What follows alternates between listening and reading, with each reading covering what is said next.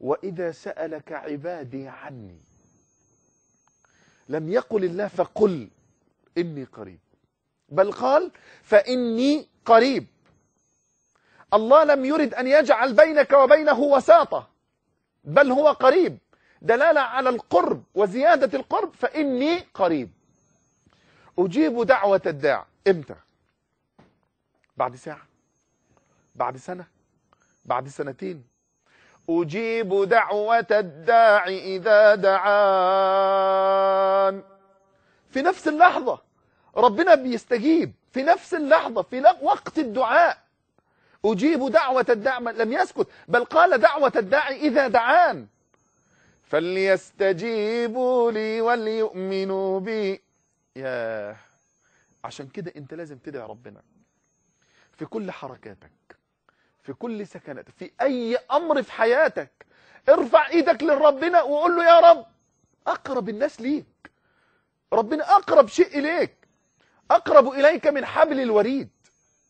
الله يعلم بحالك، فارفع يديك إلى الله. فالدعاء عبادة، الدعاء هو العبادة. اسمع إلى الله يقول في القرآن: وقال ربكم ادعوني أستجب لكم إن الذين يستكبرون عن عبادتي سيدخلون جهنم داخرين. ادعوني أستجب لكم. إن الذين يستكبرون عن إيه؟ لم يقل دعائي، بل قال عبادتي، لأن الدعاء عبادة. يا سيدخلون جهنم داخرين. الذي يستكبر، ادعو الله، اسأل ربك. إذا كنت في أزمة اسأل ربك، إذا كنت في ضيقة اسأل ربك، إذا سألت فاسأل الله، وإذا استعنت فاستعن بالله. في أي حال ارفع إيدك إلى ربك واسأل ربك، الله يستجيب لك. إن الله حيي، من صفة الله عز وجل حيي كريم، يستحي أن يرفع العبد يديه إليه فيردهما صفرا خائبتين. يا صفة من صفات الله عز وجل الحياء. أيضا الحياء صفة من صفات الأنبياء، كل الأنبياء. يقول النبي صلى الله عليه وسلم في الحديث: إن مما أدرك الناس من كلام النبوة الأولى، الناس أدرك من كلام النبوة الأولى، يعني ما عليه كل الأنبياء وكل المرسلين: إذا لم تستحي فاصنع ما شئت. لو أنت مش بتستحي اصنع ما شئت. فالحياء ما كان في شيء إلا زانه. الحياء خلق، وخلق إيه؟ خلق هذا الدين العظيم. يقول النبي صلى الله عليه وسلم: إن لكل دين خلقا، وخلق الإسلام الحياء. طب تعالى كده نحكي قصة صغيرة، قصة بسيطة، قصة سيدنا موسى مع ابنة سيدنا شعيب، ونشوف ربنا سبحانه وتعالى بيصور هذا المشهد الجميل الرائع العظيم في سورة القصص. سيدنا موسى ينطلق من مصر إلى مدين بعد ما قتل واحد من حاشية فرعون، بيتوجه تلقاء مدين، لكن بيدعو ربنا أن ربنا سبحانه وتعالى يفيض عليه من رزقه. بيسأل ربنا سبحانه وتعالى أن يهديه سواء السبيل. طب نسمع الآيات ونشوف الآيات بتقول إيه. ولما توجه تلقاء مدين قال عسى ربي أن يهديني سواء السبيل. ولما ورد ماء مدين وجد عليه أمة من الناس يسقون، ووجد من دونهم امرأتين تزودان، قال ما خطبكما قال ما خطبكما قالتا لا نسقي حتى يصدر الرعاء وأبونا شيخ كبير. فجاءته إحداهما قال ما خطبكما. سيدنا موسى بينطلق إلى ماء مدين، لما يوصل لبئر مدين البئر اللي فيه الماء، فلما يصل إلى هذا البئر وجد أمة من الناس يسقون، وجد كثير من الرجال واقفون، ولكن هناك امرأتان تزودان واخذين على جانب كده في جانب الطريق. انظر سيدنا موسى يقول لك لا أنا لازم أشوف الناس دي، المرأتان دول واقفين ليه؟ هاتين المرأتين لماذا يقفان فيها جانب الطريق أو بجوار الرجال؟ دي شهامة الرجل قبل أن يكون نبيا. فيذهب إليهم فيسألهم ما خطبكما؟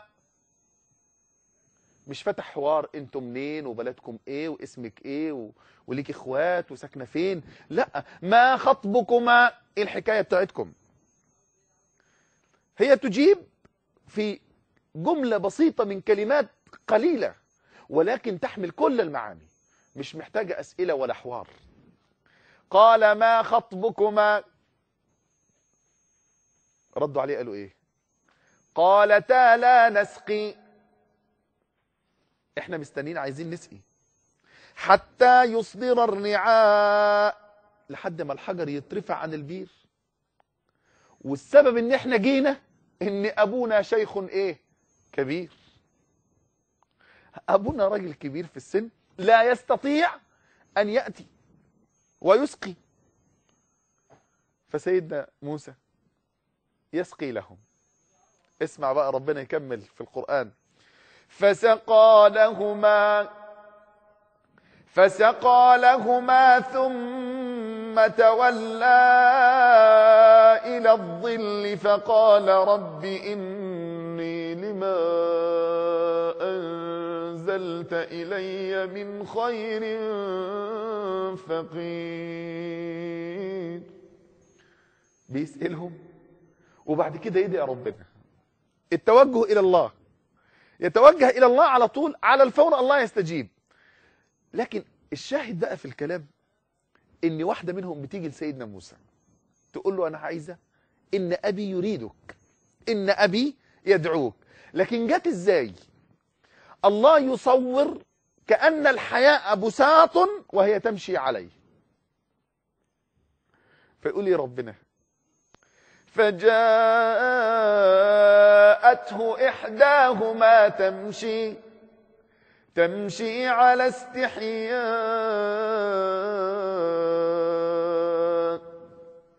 كلها حياء. انظر كلها حياء. تمشي على استحياء قالت إن أبي يدعوك ليجزيك أجر ما سقيت لنا. كلها حياء، بتمشي كأن الحياء بساط وهي تمشي عليه. إن أبي يدعوك ليجزيك أجر ما سقيت لنا. خلاص، مش تعالى انت اسمك ايه؟ اللي بيحصل النهاردة انت اسمك ايه وساكن فين وبيتكم فين وايه اللي جابك هنا ومعدي صدفة، ولا الأسئلة اللي احنا بنشوفها، العلاقات اللي احنا بنشوفها بين أي واحد رجل وست وامرأة، تبص تلاقيهم بيفتحوا مع بعض حوارات كثيرة. لكن لو نظرت فعل عمل شاق سقى لهما، ولكن كل الحوار بيدور في كلمات قليلة. ما خطبكما؟ قالتا لا نسقي حتى يصدر الرعاء وأبونا شيخ كبير. بعد كده ترجع له تاني، إن أبي يدعوك ليجزيك أجر ما سقيت لنا. خلاص انتهت القصة، انتهت في الكام كلمة دول. مش قاعد لا طب انت ساكنة فين، طب انت قاعد فين، طب ما قالكيش عايزني في ايه. لا لا لا، إن أبي يدعوك ليجزيك أجر ما سقيت لنا. كلها حياء، كلها أدب، أدب رفيع جم للأنبياء وبنات الأنبياء. والمفروض أن كل امرأة مسلمة صالحة تكون يملأها الحياء، فالحياء زينة المرأة. يذهب معها إلى نبي الله شعيب لتنتهي القصة بزواجه منها، زواج سيدنا موسى من ابنة سيدنا شعيب. يذهب فقال إني أريد أن أنكحك إحدى ابنتي هاتين على أن تأجرني 8 حجج. فيا أحبابنا الكرام، الحياء صفة من صفات الأنبياء، الحياء صفة من صفات الله عز وجل، الحياء صفة من صفات النبي محمد صلى الله عليه وسلم. يتمثل في إيه؟ الصفة دي تتمثل فيه في النبي صلى الله عليه وسلم. يحكي سيدنا أبي سعيد الخدري رضي الله عنه وأرضاه قال: كان رسول الله صلى الله عليه وسلم أشد حياء من العذراء في خدرها. قد إيه النبي كان عنده حياء. والنبي ده احنا لينا لقد كان لكم في رسول الله أسوة حسنة. قد إيه النبي كان عنده حياء. ده حتى كان عنده حياء من الله عز وجل. لما في ليلة الإسراء والمعراج يفرض الله عليه 50 صلاة في اليوم والليلة، ينزل لسيدنا موسى، فسيدنا موسى يقول له: لا، ارجع إلى ربك، ارجع إلى ربك فاسأله التخفيف. فيذهب إلى الله، فيعود إلى الله، فيخفف الله عنه 10 ف10 ف10 لحد ما بقوا كام؟ 5 صلوات. فينزل لسيدنا موسى، فسيدنا موسى يقول له: ارجع إلى ربك فاسأله التخفيف. يقول له: قد استحييت من ربي. انظر، استحييت من ربي. كان النبي صلى الله عليه وسلم كله حياء، كما يقول سيدنا أبي سعيد: كان رسول الله صلى الله عليه وسلم أشد حياء من العذراء في خدرها. يا تخيل انت بقى ان النبي صلى الله عليه وسلم كله حياء، الصحابة كان كلهم حياء. يعني نضرب مثل سيدنا عثمان بن عفان. سيدنا عثمان بن عفان كان حيي. فالنبي صلى الله عليه وسلم يقول: ألا أستحي من هذا الرجل؟ والله إن الملائكة لتستحيي منه. ده الملائكة بتستحي من عثمان. أيضا سيدة عائشة رضي الله عنها أم المؤمنين وزوج النبي صلى الله عليه وسلم تقول لك: أنا كنت لما بدخل على قبر زوجي، على قبر النبي صلى الله عليه وسلم، فكانت بتدخل عادي. بعد كده يدفن أبو بكر الصديق بجوار مين؟ بجوار النبي صلى الله عليه وسلم. فبتدخل فتقول: هذا زوجي وهذا أبي. لكن قبل أن يموت عمر استأذن من السيدة عائشة رضي الله عنها أن يدفن بجوار إيه؟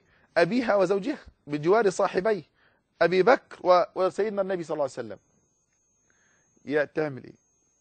فكانت تشد الإزار وترتدي الثياب وهي داخلة على القبر عشان في سيدنا عمر. تقول: هذا كان زوجي وهذا أبي. أما اليوم في عمر، لما كانت تدخل تزور قبر النبي صلى الله عليه وسلم كانت بتشد الثياب وتستعد. النهاردة عايزك انت تنزل في الشارع وتشوف بعينك، وتشوف الثياب عاملة ازاي والناس بتلبس ايه، وكل بنت بتلبس اللبس الضيق الشفاف، وكم التبرج والسفور، ولا حياء ولا حياء.